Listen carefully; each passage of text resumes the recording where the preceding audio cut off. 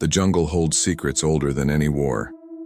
For Sergeant David Harker, arriving at the long-abandoned Firebase 9 was supposed to be just another mission in the late stages of a brutal conflict. Reopen the outpost, establish a comms link, and wait for further orders. Simple enough. But from the moment his boots hit the mud-caked ground, a feeling of deep unease settled over him. It wasn't the humidity or the threat of an unseen enemy that chilled him. It was the silence. The jungle, usually a deafening chorus of life, was unnervingly quiet. The few men left behind from a prior unit were shadows, their eyes wide and haunted, their movements jumpy. They spoke in whispers, if they spoke at all. Firebase 9 was a ghost before they even unpacked their gear. The perimeter fence was rusted but intact. The bunkers were damp but serviceable. Yet, it felt wrong. Violently wrong. The nights were the worst. That's when the silence would break. Strange guttural clicks and a low, rhythmic thumping would echo from the dense foliage just beyond the wire. At first, Harker dismissed it as jungle wildlife, maybe the ground settling, but the sounds were too deliberate, too close. His men felt it too. They would stare into the oppressive darkness, rifles held tight, flinching at every snapped twig. Then, the disappearances began. It started with Private Miller, a kid from Ohio on his first tour. He was on watch at the northern perimeter. One moment he was there, a silhouette against the moonless sky. The next he was gone. No sound, no struggle, just an empty watchtower and his rifle lying on the floor. Harker organized a search party at dawn, but they found nothing. No tracks, no blood, no sign of a fight. It was as if the jungle had simply swallowed him whole. Panic, a cold and creeping vine, began to wrap around the small unit. Harker tried to raise command, to report the missing soldier and the unsettling quiet, but the radio was a storm of static. Through the crackle he could sometimes make out fragments, broken phrases that made no sense. Shadows move. Don't listen. It was useless. They were cut off. They were alone. 2 days later, 2 more men vanished from their bunker in the middle of the night. The locks were still bolted from the inside. Paranoia turned to raw terror. The remaining men were on the verge of breaking. They were seeing things in the trees, fleeting shapes that darted away when they turned to look. They were hearing whispers on the wind. Harker knew he had to find answers before his entire platoon was picked off. Desperate, he led a search of the firebase itself, looking for any clue, any weakness in their defenses. It was during this search that they found it, hidden beneath a rotten floorboard in the command bunker. A trapdoor leading down into darkness. It wasn't on any of the base schematics. Armed with flashlights, Harker and his 3 remaining men descended into a cramped earthen tunnel. The air was stale, thick with the smell of damp soil and something else. Something ancient and decayed.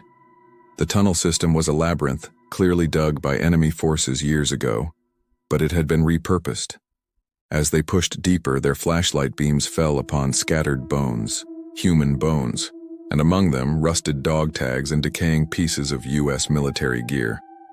Gear that was decades old. They were from the 1960s, from soldiers who had been declared MIA, their fates a mystery. Then, they saw the carvings. Scratched frantically into the clay walls with fingernails or knives were messages. The same 2 words over and over in a desperate scrawl. We never left. The discovery broke what little morale they had left. Returning to the surface felt like emerging from a tomb. That night the whispers became clearer. The men started hearing voices. Voices they recognized. It was Miller calling from the tree line, asking for help. It was the 2 men from the bunker laughing like they were sharing a joke just beyond the wire. It was a cruel psychological torture. Harker ordered his men to ignore it, to stay inside, to cover their ears. But the mimicry was perfect. One of the men, a corporal named Reyes, couldn't take it. Convinced he heard his brother, who had been killed a year prior, he unbolted the barracks door and sprinted into the jungle, shouting his brother's name. They never saw him again. Now it was just Harker and 1 other soldier, a young private named Chen. They huddled in the radio tent, the static-filled receiver their only companion. The whispers were all around them now, circling the small tent. They were no longer mimicking the dead. They were whispering Harker's name, a soft, sibilant hiss that promised oblivion. David. We've been waiting for you, David. Invisible figures brushed against the canvas of the tent. The thumping sound from the first night returned, a heavy, dragging beat that seemed to shake the very ground beneath them. Chen began to weep silently, his eyes fixed on the tent flap. In a final, desperate act, Harker grabbed the radio handset. He had to warn someone. He had to leave a record. He screamed into the receiver. "This is Sergeant Harker at Firebase 9. We are being overrun. They're in the wire. They're everywhere. Don't listen to the voices. For God's sake, do not come to Firebase 9. They never lit." The line went dead, replaced by an absolute, deafening silence. Weeks later, a heavily armed recovery team was choppered into Firebase 9. They found the outpost completely deserted. There were no bodies, no signs of a firefight. The weapons were neatly stacked in the armory, the half-eaten meals still on the tables in the mess hall. It was as if the entire unit had simply evaporated. The only clue they found was in the radio tent. A small portable tape recorder connected to the radio had been left running. The lead officer played it back. For nearly 20 minutes, there was nothing but faint jungle static. He was about to turn it off when a new sound emerged from the hiss. It was a voice, a clear, calm whisper that seemed to come from everywhere and nowhere at once. And it said, "Welcome back to Firebase 9, who..."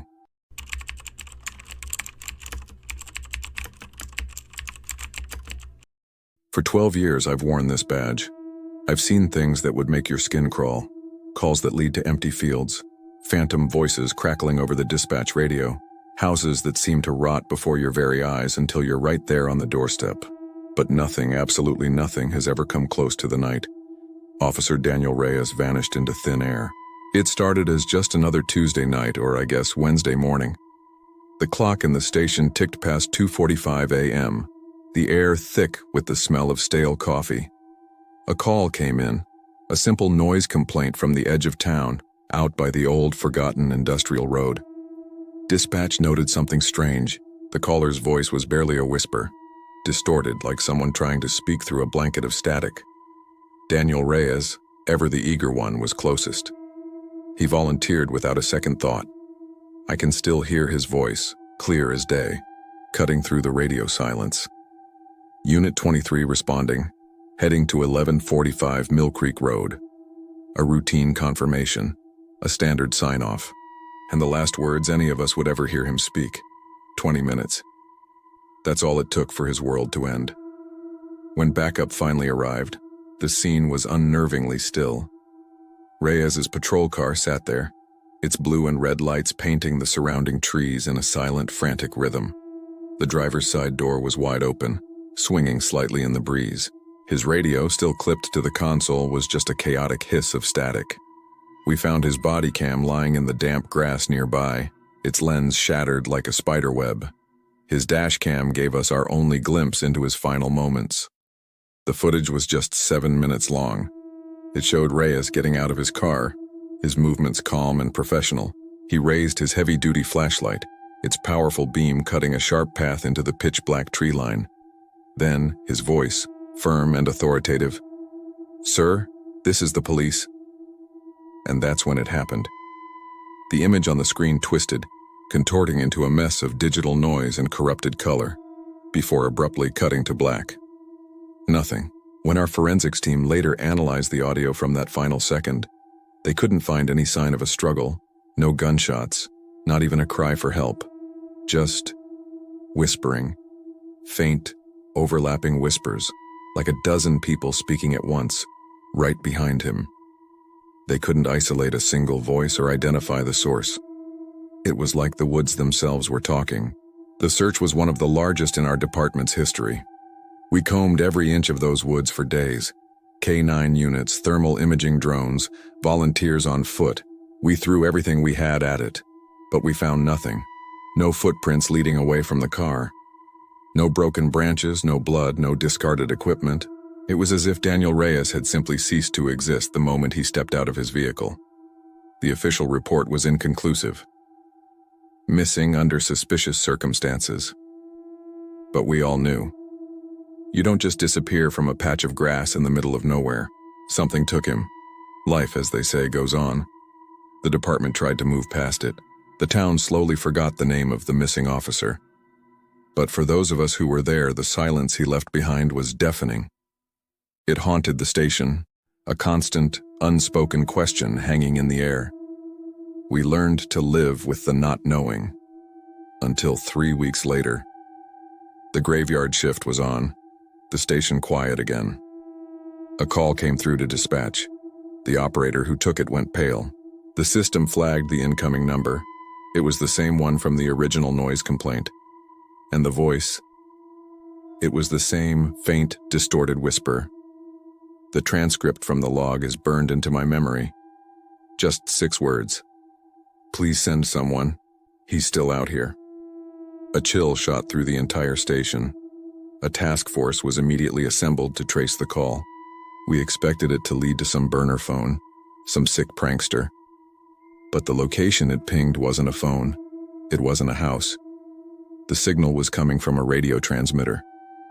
The GPS coordinates led us to the middle of the very same woods where we had searched for days. And when the system identified the specific device ID, it was Daniel Reyes's missing police radio. A team was sent back out, their faces grim. They found the radio at the base of an ancient gnarled oak tree, half buried under a layer of dead leaves, looking like it had been there for decades. It was undamaged, fully charged, and completely silent. Whatever had called us, it was long gone. We never received another call. We never found Daniel. We just have the recording, that desperate whispered plea, transmitted from a dead man's radio, begging for help for the thing that's still out there, waiting in the trees. Sometimes, late at night when I'm driving those same back roads, I turn my radio down. Terrified, I'll hear that static and that whisper calling out for the next officer to respond. Thanks for tuning into this story. If you enjoyed tales that linger in the dark, make sure to hit that like button and subscribe for more. Your support means the world. Stay safe out there and check your locks.